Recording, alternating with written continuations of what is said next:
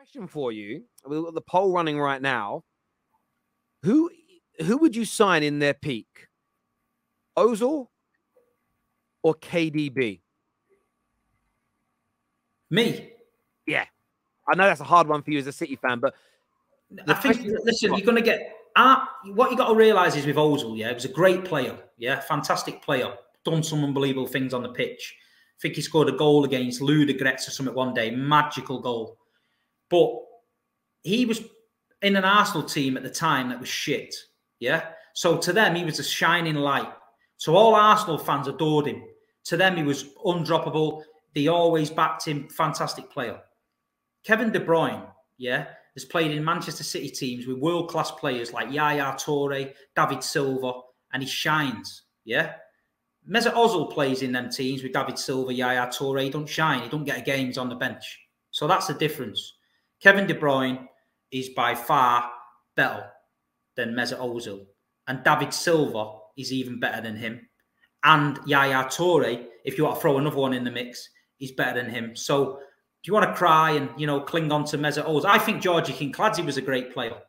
You know what I mean? Because in my day, we were shit and Kinkladze was magical. But I'm not going to start throwing him in with the big boys and saying he's better than Scholes and that. So it is what it is. All the Arsenal fans will say Ozil. All the City fans will say Kevin De Bruyne. But anyone with half a brain who watches football will tell you Kevin De Bruyne. Anyone that plays FIFA and used to watch Arsenal in the Ozil days and when they were shit will tell you Ozil. So that's about all you need to know, really. Do you know what's interesting about it? By the way, I rate both players very highly. I think both were world-class football players at their absolute peak. A lot of people will say, and I'm seeing it in the comments, but peak Ozil was Madrid's Ozil. So that was like 21 to 20. They sold him, though, innit? They sold him. They sold him because they wanted to sell you best players.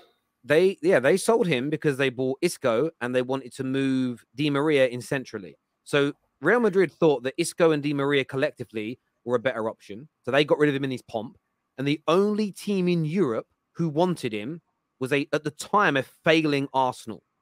That tells me a lot about not the ability of the player, but maybe something relating to his mentality, which is why he doesn't have what KDB is getting and going to go on to have, which is longevity, which is why by the age of around 28, 29, Ozil was practically finished because he didn't have the mentality. He had all the attributes. He had the eye test. He had the ability.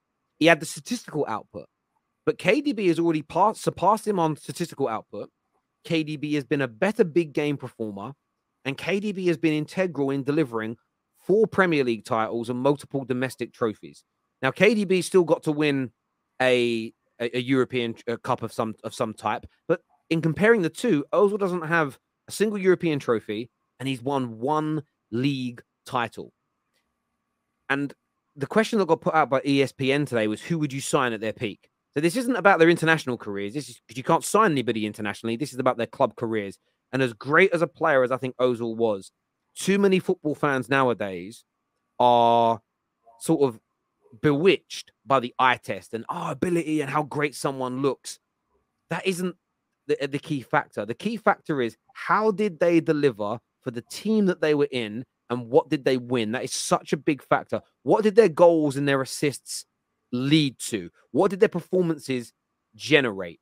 And I see that the final defense you always get is, well, he played for a bad Arsenal team. KDP is playing for a brilliant City team. Well, 2 years into your Arsenal career, leave. We all knew 2 years into his Arsenal career, Arsenal weren't good enough. So leave. Join a better club. This notion that footballers, the only time where the team you play for is uncontrollable is nationality based. When you're playing for Arsenal and they're not good enough, you're 25, 26, leave. Go to a club that can win. Go to a club that you can deliver those major trophies in, because that's where the real winning is. And for me, as talented as Ozil was, if you're saying, right, you can have a 24-year-old or a 24-year-old KDB or a 24-year-old Ozil, knowing what we know, which is hindsight now, who's got the better longevity, who's better statistically, who delivers in the big games, who will help you win more major trophies, everybody would pick KDB. On Twitter, they'll say Ozil, because saying Ozil and saying that's because I know ball and you don't, it's what the hipsters do. It's a cooler option. It's a more fashionable option because Ozil is probably more popular from a social media point of view. But in actuality, in real life, in real games, in actual team football, It's not about who the better individual is, who the funkier guy is, who's got the most followers on Instagram. It's who's going to deliver for you. And KDB is a better player. He's a better footballer, and he has a greater legacy, especially at club level football. Because for me, Ozil is underwhelming at club level. One league title with no European trophies. When some people say he's a legend of the game, no legend of the game domestically only has one league title. Have you ever heard any ex-pros put him in a Premier League team of the century or anything like that? Has he ever been in any of them conversations? Never. No. And listen, I get it's what I mean by footballing legends. Like Alan Shearer is a Premier League top goal scorer. He's won a Premier League. But he wouldn't go in. He ain't in the top 10 strikers of all time, like a legend. He isn't, because he didn't do it enough. If he'd have won 5 or 6 Prems, some European Cups, trust me, you'd be in those conversations. I think Ozil, ability-wise, is great, but I couldn't believe what I was reading today. People saying they would pick him in a team over KDB. Shocking to me. Absolutely shocking football knowledge. In fact, it tells me you're not even watching football. It's all about our individual ability, or it's not about individuality in football is overrated. It's about how good somebody is in a team. It's crazy for me. This here says 1 year peak Ozil, real life sign KDB. You'd sign, yeah, exactly. In real life, you'd sign KDB if you had the option. You would never pick Ozil over him. I'm an Arsenal fan, but when you know football, KDB all day long. Is this the City fan who was convinced City were going to win the Premier League some weeks ago and was exactly... Sorry, we'll come back to that one in a minute because we're not kind of on that conversation right now. I'll just start that one for a little bit later. Yeah, for me, it's not even a debate. They fancied him, Terry. They don't fancy KDB. But do you know what's mad about it, though? This is the same. The Arsenal fan defending him is crazy. If Arsenal win the league, they are all going to rate Martin Odegaard over Ozil. They're going to talk about better legacy. They're going to talk about... They will start to go, yeah, but he hasn't got his stats on as good. But he captained and led us to winning a trophy. When your team wins, when your favorite player or your club is winning major trophies, that is the pinnacle. As soon as it comes to a player that didn't win enough of the major trophies at club level, or a team that doesn't win enough of the trophies, suddenly fan bases, Liverpool did it with Gerrard, Spurs fans do it all the time with everything related to their club, suddenly winning trophies is almost seen as like a category within debate that shouldn't be entered. It's a team sport, Terry, and we're talking about an individual, so trophies are irrelevant. But Arsenal fans will use Odegaard captaining Arsenal to a Premier League title as a tangible reason as to why he's better than other players. You know, as a United fan, I'm consistent.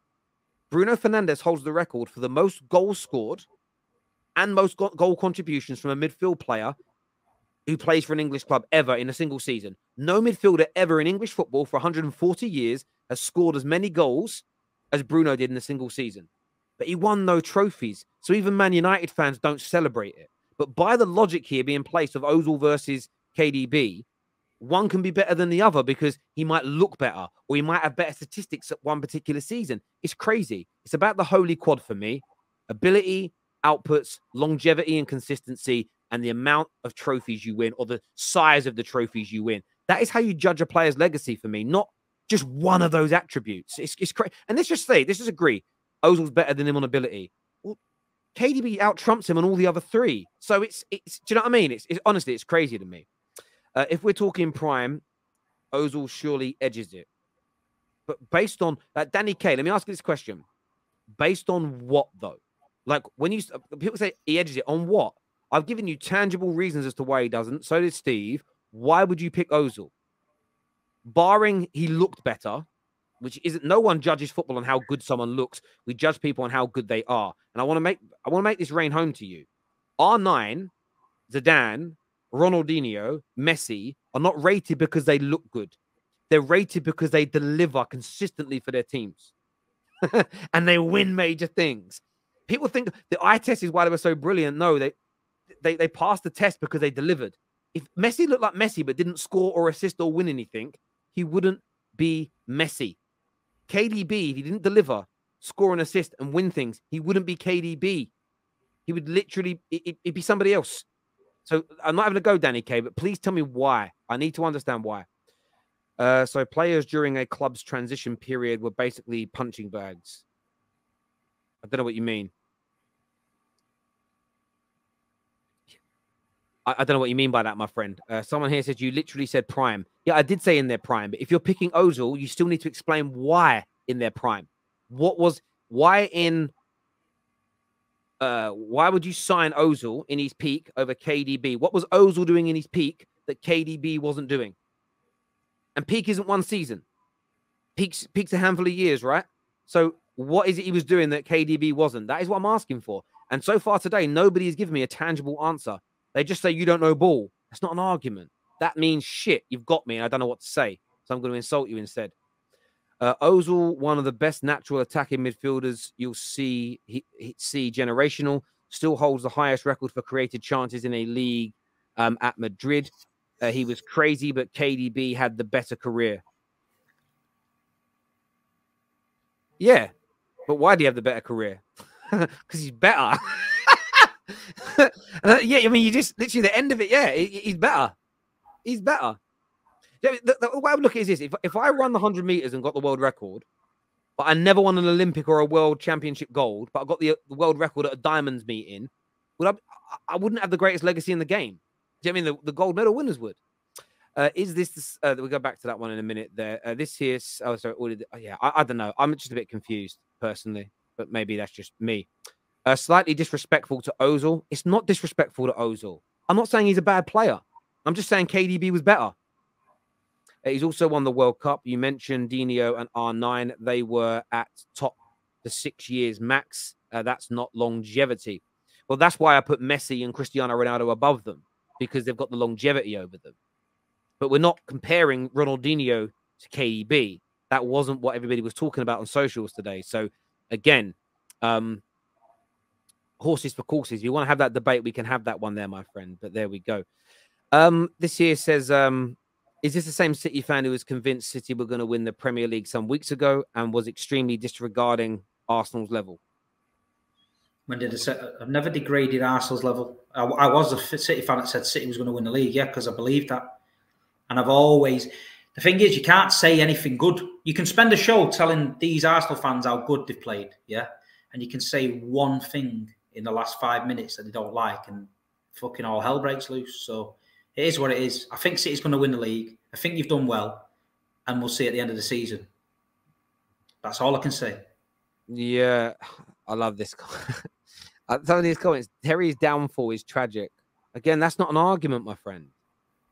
Terry, move on. You're embarrassing yourself. That's not an argument, my friend. That is Patrick. You know, everyone knows that when you say that, it's because you've lost and you've got to insult. This is my favorite one. Terry, if you think KDB is better because he's had a better career, is the most childish thing you will ever hear. So I'm childish for thinking somebody with a better career is better at that job than a person with a worse career. So I'm wrong for thinking Usain Bolt is a better sprinter than Dwayne Chambers because he had a better career than Dwayne Chambers. Am I wrong to think that Fergie is a better manager than Wenger because he had a better career than Wenger? Why would that be embarrassing for me, bro? I'm confused. I'm confused. I loved Ozil. KDB is clear as an Arsenal fan. He gave me good and bad memories. His attitude after the 4-1 in Baku stunk. Disappointing Arsenal career. I agree with you. And Arsenal signed him in his peak. So I completely agree with you on that, my friend. I really, really do. I really, really do. Big up Terry, Man United fan from Istanbul. Big up yourself, my friend. Hope you're well and safe in Turkey.